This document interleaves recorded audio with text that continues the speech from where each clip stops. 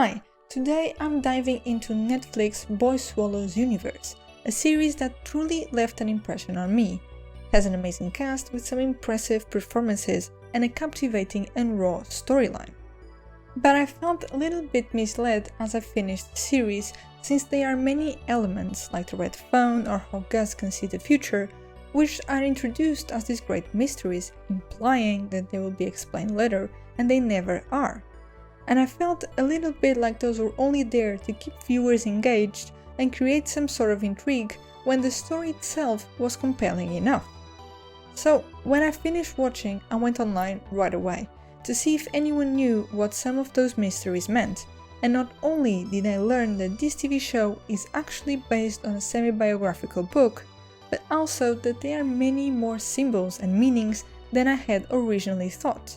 And after much research, I found a new fondness and a deeper understanding for this story, which I've come to accept as a blend of gritty realism and fantastical elements. So in this video, I'll be doing a deep dive into the several symbols in Boy Swallows universe, including, yes, the red phone, and I will also be explaining the title of the book/series. Boy Swallows universe is a powerful miniseries that dives into the tumultuous world of Eli Bell, a young boy growing up in the underbelly of the 1980s Brisbane, Australia. Based on the award-winning novel by Trent Dalton, the series goes beyond a typical coming-of-age story, as Eli's life is complicated by his family dynamics, including his mother's heroin addiction, his stepfather's criminal activities, and his absentee father. Eli finds solace in his loyal brother Gus and in his vivid imagination. The series bravely portrays the tough realities of poverty and crime, yet it doesn't dwell solely on the despair. Instead, it skillfully mixes in humor and tender moments, creating a balanced narrative. This balance is largely achieved because both the book and the series are told from Eli's perspective, offering the hopeful and sincere point of view of a child. Additionally, since the story is based on the author's own childhood, it carries an authenticity that grounds the narrative. Trent Dalton mentioned that around 50% of the story is autobiographical, while the remaining 50% is fictional.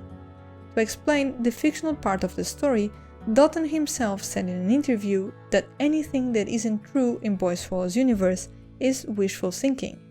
For example, in the show, Eli breaks into prison to spend Christmas with his mom. This didn't actually happen in real life, but Dalton chose to give Eli an experience that he wished he had had as a child and his own mother was in prison.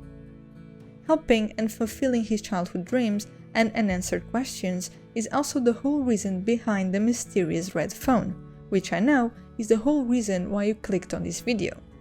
In the show, Eli and his brother Gus went inside a secret room beneath their house because they wanted to check if their stepfather was dealing drugs again and hiding them in this secret compartment.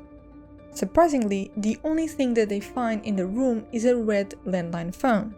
Then the phone starts to ring, and when they answer, there is a voice of an older man on the other side who seems to know who they are and who seems to be trying to help them with cryptic questions and messages.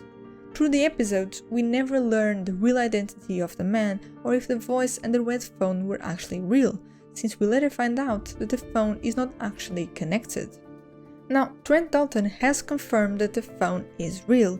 When he was a child, he and his 3 brothers found a similar red phone in a room beneath their house, just like what happens in this story. But in real life, Dalton never got to use the phone and find out where or who the phone line connected to. Dalton said, "I wrote 470 pages about who was on the end of that telephone, trying to figure out in my own head. It was a profound memory to have as a kid. It was deeply affecting. I thought if I could harness some of that magic and wonder I had as a kid and transfer that to a book, then I might have something." The phone was also a way through which Dalton chose to help his characters in a way in which he wasn't helped as a child. And I've even read that the voice in the show is actually Dalton doing a cameo, but I couldn't find much information confirming this, but it would be quite poetic. In another interview, he said that the answer to who was on the phone was on the number that in a book, the voice says that he dialed to call Eli. Now, this is an excerpt from the book. "How did you find me down here? I dialed a number for Eli Bell, he says. I dialed 77 and then Eli interrupts and says, I know the number, 773-8173.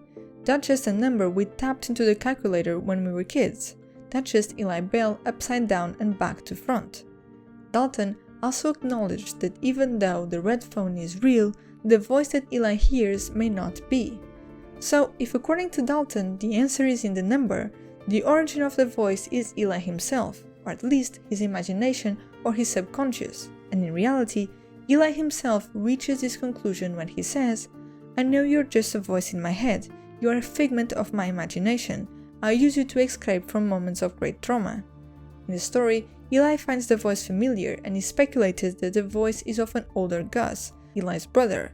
Now Gus seems to be one of the few people in his life that Eli can rely on, so it would make sense for his subconscious to use the voice of someone he trusts. So the red phone is how Eli copes with trauma, but it also represents his healing journey. In the end of the show, after Eli has defeated Titus Bros and even Kroll, we get another scene of the red telephone ringing, but this time Eli doesn't answer, which represents that he doesn't need to rely on his imagination or his older brother and can now start to move forward to a new phase of his life and start to heal. Okay, so now you've got your answer for the red phone, which kind of makes sense, but if you're like me, then you are not fully happy yet, since this explanation doesn't truly explain why other characters like Gus also seem to be able to hear the voice on the phone, and this being a traumatic coping mechanism doesn't explain other more fantastical elements of the show, like Gus's capacity to predict the future. So for all of this to make sense, even if we assume that there must be an element of magical realism, we need to start with the event that is in the origin of this whole story, and that is the car accident. At the beginning of the show, we see several references to a blue car floating through space that is present in Eli's dreams and Gus's drawings. We later find out that these actually represent a memory that Eli has apparently suppressed of a car accident when the boys were young. Eli and Gus's father has an alcohol addiction and also suffers from severe panic attacks and agoraphobia. One day, while the boys were in the backseat of the car, their father had a panic attack that led to him driving off a cliff into a lake, and all three members of the family almost drowned. Initially, when I first saw this scene, I thought that the boys had died, or at least that something had happened to them at this moment that would explain the magical elements of the show. And after much research, this is a theory I'm sticking with. Gus himself also believes in this. He keeps telling me he's come back from somewhere, we both have, and he means the moon pool. We've come back from the moon pool. Now the moon pool refers to the lake with the moon's reflection from the night of the accident. Gus believes that this moon pool gave them the ability to come back from the dead and connect with their past lives, or their lives in other universes, and it functions as a sort of portal. Gus also has the habit of filling the street with water from the hose in the middle of the night, and then staring at the moon's reflection in the pool that he has created. Gus believes that he can remember what happened to their other selves from other lives or universes, and the images that he sees are warnings of what has happened in other realities and is going to happen in their universe. But the future that Gus sees always seems to be very cryptic and inevitable, so they seem to be stuck in this past that I think in other universes ended with Eli's death. Let me explain. Now, Gus has stopped talking after the accident, and instead communicates mainly by writing with his finger in the air. A lot of the times the messages that he writes are cryptic prophecies. Right in the first episode, he writes, "Your end is a dead blue wren," which is actually the first phrase of the original book. The blue wren is actually supposed to represent Eli, and if you pay attention, there is frequently in the episodes an actual blue wren, which is a reflection of Eli and his state of being. In the tower scene, we see the blue wren being crushed, which could be mirroring the end or the death of Eli, fulfilling the prophecy, and what I believe probably happened in the other realities. However, Eli survives, so why did all the other prophecies come true and this one didn't? Well, it kind of also became true in this universe, with a different meaning. I think here they were finally able to break free from this traumatic and dangerous period of their lives, and so the death of the blue wren in reality represents the end of the story and the end of this phase of Eli's life, As a fun fact, in the last shot of the show, there is a new blue wren watching the family.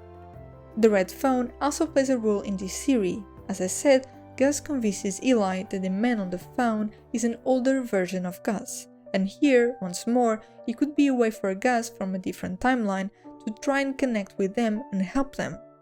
When Eli doesn't answer the phone in the end, this symbolizes how they don't need help anymore and how they have managed to create a new future. To finish, let's discuss the title of the TV show, Boy Swallows Universe.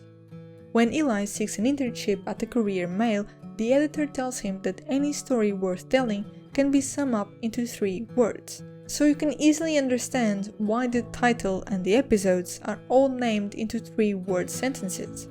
Now, the meaning of the title could just be associated with this ability that the boys might have to connect with other universes. However, the significance of the title does not stop here.